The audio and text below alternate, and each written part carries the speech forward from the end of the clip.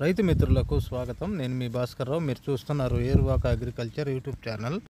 ఈరోజు మన వీడియోలో వేసవి మిరప సాగులో నా పొలంలో నేను వేసుకున్న మిరప రకం మరియు దాని యొక్క దిగుబడి, నేను వాడిన కొన్ని మందుల గురించి ఈరోజు చెప్పదలుచుకున్నానండి. నేను ఈ మిరప తోటని డిసెంబర్ నెలలో 25వ తారీఖున నాటాను. ఇప్పటికీ కనీసం 4 నెలలు పూర్తయిందండి. ఈ మిరప తోటలో వేసవిలో ఎంత దిగుబడి వస్తుంది దాని గురించి లైవ్గా చూపిస్తున్నాను. కాపు మాత్రం చాలా బాగుందండి. ఈ రకం వచ్చేసరికి జమున 116 అండి. ఇది మెలీనా వాళ్ళ సీడ్ అండి. చాలా బాగుంది. కాపు కూడా ఎండలకు తట్టుకొని మంచి దిగుబడినిచ్చే రకం అది. వేసవిలో కూడా దీన్ని సాగు చేసుకోవచ్చు. మరియు మందుల విషయానికి వస్తే వీటిలో ఈ వేసవి కాలంలో నాకు నల్ల తామర పురుగు కానీ, ఈ కాయ దొలిసే పురుగు కానీ ఆశించలేదు. మరియు ఈ కాండం కుళ్ళు మరియు ఈ కొమ్మ కుళ్ళు లాంటివి ఆశించలేదు. ఇంకా పోతే దీనికి తెగుళ్ళు కూడా చాలా తక్కువగా వచ్చాయండి వేసవిలో.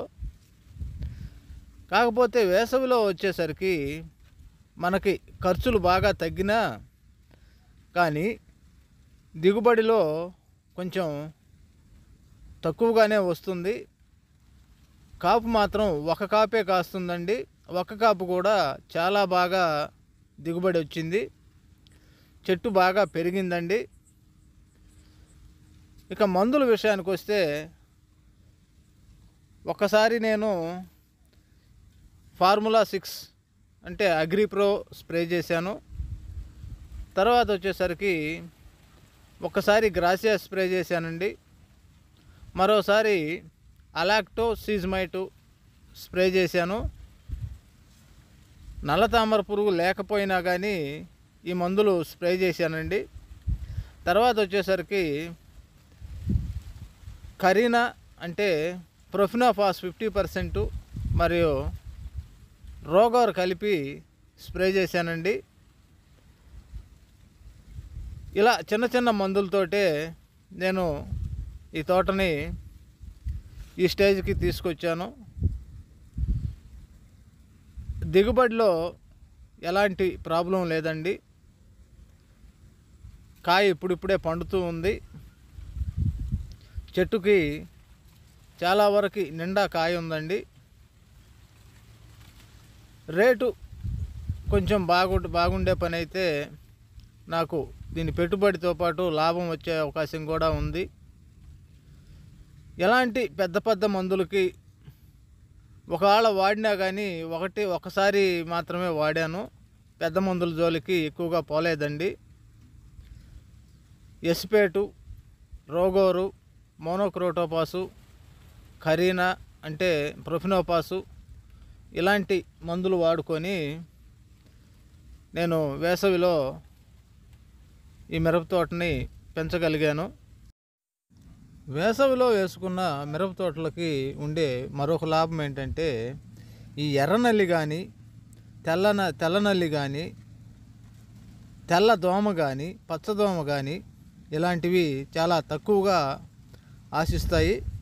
నా తోటలో మాత్రం ఎక్కడ కూడా తెల్లదోమ, పచ్చదోమ, ఎర్రనల్లి ఇలాంటి నల్లి జాతి మరియు ఈ కీటకాలు అనేవి చాలా తక్కువగా ఆశించాయి. అది లెక్కలో లేదండి. ఆశించడం అనేది మామూలు మందులకు కూడా కంట్రోల్ అయిపోయింది. ఎర్రనల్లి మాత్రం అస్సలు నా తోటలో కనిపించలేదు. తెల్లదోమ కంటికి చూద్దామన్నా కానీ కనిపించలేదండి.